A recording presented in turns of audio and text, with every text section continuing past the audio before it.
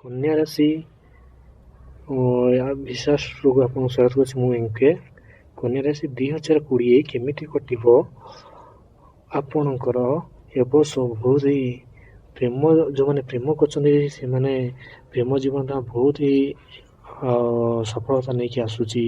ଖାସ୍ ପ୍ରେମିକମାନଙ୍କ ପାଇଁ ଏଇ ବର୍ଷଟି ବହୁତ ବଢ଼ିଆ ରହିଛି। ସେମାନେ ଆରମ୍ଭରୁ ହିଁ ତାଙ୍କ ପ୍ରେମ ଜୀବନ ବହୁତ ଭଲ ଉଚ୍ଚ ସ୍ଥାନକୁ ସେମାନେ ଛୁଇଁ ପାରିବେ।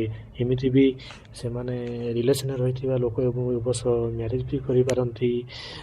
ତାଙ୍କ ଘରେ ବି ଜଣେଇ ପାରନ୍ତି। ସେମାନଙ୍କର ପିତାମାତା ବି ରାଜି ହେଇପାରନ୍ତି। ବିବାହ ବି ହେଇପାରେ। ପ୍ରେମ ପାଇଁ ଏ ବର୍ଷ କନ୍ୟା ରାଶିଟା ବହୁତ ଭଲ ବି ରହୁଛି।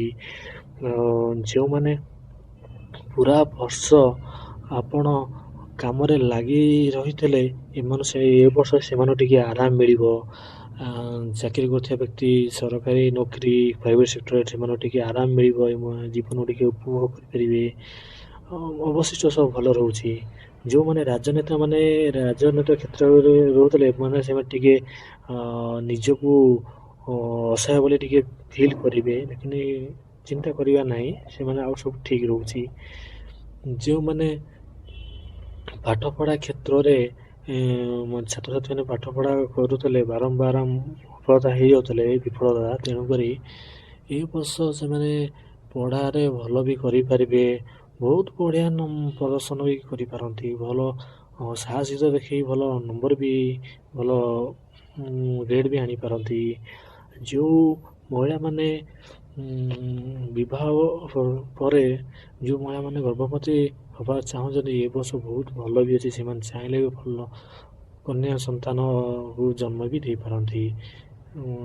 ଯେଉଁମାନେ ବ୍ୟବସାୟ କ୍ଷେତ୍ରରେ ଅଛନ୍ତି ଏ ବର୍ଷ ଆପଣ ପାଇଁକି ବହୁତ ଭଲ ନେଇକି ଆଉଛି, କିନ୍ତୁ ଆପଣ ମାର୍ଚ୍ଚରୁ ଜୁନ୍ ପର୍ଯ୍ୟନ୍ତ ଟିକେ ଜଗି ରଖି ଚଳନ୍ତୁ, କାହିଁକିନା ଆପଣଙ୍କୁ ପାର୍ଟନରସିପ୍ ବ୍ୟବସାୟରେ ଟିକେ ଧୋକା ମିଳିପାରେ।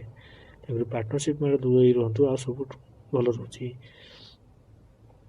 ଯେଉଁମାନେ ଘର ଗାଡ଼ି ଏବଂ ଏଇସବୁ ଜିନିଷ କିଣିବା ଚାହୁଁଥିଲେ କନ୍ୟା ରାଶି ବ୍ୟକ୍ତିମାନେ, ସେମାନେ ଦିନ 1ରୁ ଦିନ 4ଟା ଭିତରେ କିଣିଲେ ଆପଣଙ୍କ ପାଇଁ ଶୁଭ ରହୁଛି। ଅବଶିଷ୍ଟ ଭଲ ରହୁନାହିଁ।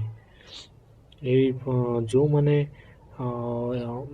ବିଦେଶ ଯିବାକୁ ଚାହୁଁଛନ୍ତି ସେମାନଙ୍କ ପାଇଁ ବହୁତ ବଢ଼ିଆ ଯୋଗ ବି ଅଛି। ସେମାନେ ବିଦେଶରେ ଯାଇପାରିବେ, ନାଁ କରିପାରିବେ, ନିଜକୁ ନିଜେ ସେ ପ୍ରୁଭ୍ କରିପାରିବେ ଯେ ବହୁତ ଭଲ ସୁନାମ ଅର୍ଜନ କରିପାରିବେ। ବହୁତ ଚାନ୍ସେସ୍ ଅଛି। ଆର୍ମିରେ ଯେଉଁ କ୍ଷେତ୍ରରେ କାମ କରୁଛନ୍ତି, ଆର୍ମି ଗଲା ପାଇଁ ଥୋଡ଼ା କଷ୍ଟ ବି ଆସିପାରେ, ଭୟଭୀତ ହେବାର ନାହିଁ। ଦେଶ କେ ଆଗେ ଜାନ୍ ବି ହେ, ଏସା ଏକ ବାତ ହେ। କିଛି ଡରନ୍ତୁ ନାହିଁ, କାମ କରିଚାଲନ୍ତୁ। ପୋଲିସରେ ଯେଉଁମାନେ କାମ କରୁଛନ୍ତି ସେମାନେ କନ୍ୟା ରାଶି, ସେମାନେ ଟିକେ ଅବଶ୍ୟ ପଇସା ଟିକେ କଳାଧନ ପ୍ରତି ଆକର୍ଷିତ ହେବେ, ଟିକେ ଦୂରେଇ ରହିବେ, ସେଟା ଭଲ।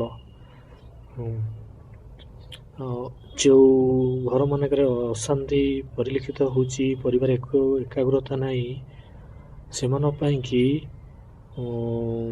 ରେମେଡ଼ି ସ୍ୱରୂପ ସେମାନେ ପ୍ରତିକାର ପାଇଁକି ଭଗବାନ ବୁଦ୍ଧଙ୍କର ଛିଡ଼ା ହେଇଥିବା ଅବସ୍ଥାରେ ଗୋଟେ ମୂର୍ତ୍ତି ଆଣିକି ଘରେ ରଖନ୍ତୁ। ଆପଣ ଘରେ 30 ଦିନ ଗ୍ୟାରେଣ୍ଟି, ସାଇନ୍ସିକାଲ ପ୍ରୁଫ୍, 30 ଦିନ ଭିତରେ ଆପଣଙ୍କ ଘରୁ କ୍ଲେଶ ଅସୁବିଧା ସବୁ କିଛି ଦୂରେଇ ଯିବ। ବ୍ୟବସାୟ ସ୍ଥଳରେ ରଖନ୍ତୁ, ଯେଉଁଠି କ୍ୟାସ୍ କାଉଣ୍ଟର ରଖୁଛନ୍ତି ସେଠି ବୁଦ୍ଧଙ୍କ ମୂର୍ତ୍ତି ରଖନ୍ତୁ। କୌଣସି ଇରେଗୁଲାର ଜିନିଷ ରଖୁଥିଲେ ଠାକୁର ସବୁ ମୂର୍ତ୍ତି ସେ ଜାଗାରେ ବି ରଖନ୍ତୁ ବୁଦ୍ଧଙ୍କ ମୂର୍ତ୍ତି। ଦେଖିବେ ଆପଣଙ୍କ ଘର ବହୁତ ସୁଖରେ କଟିବ।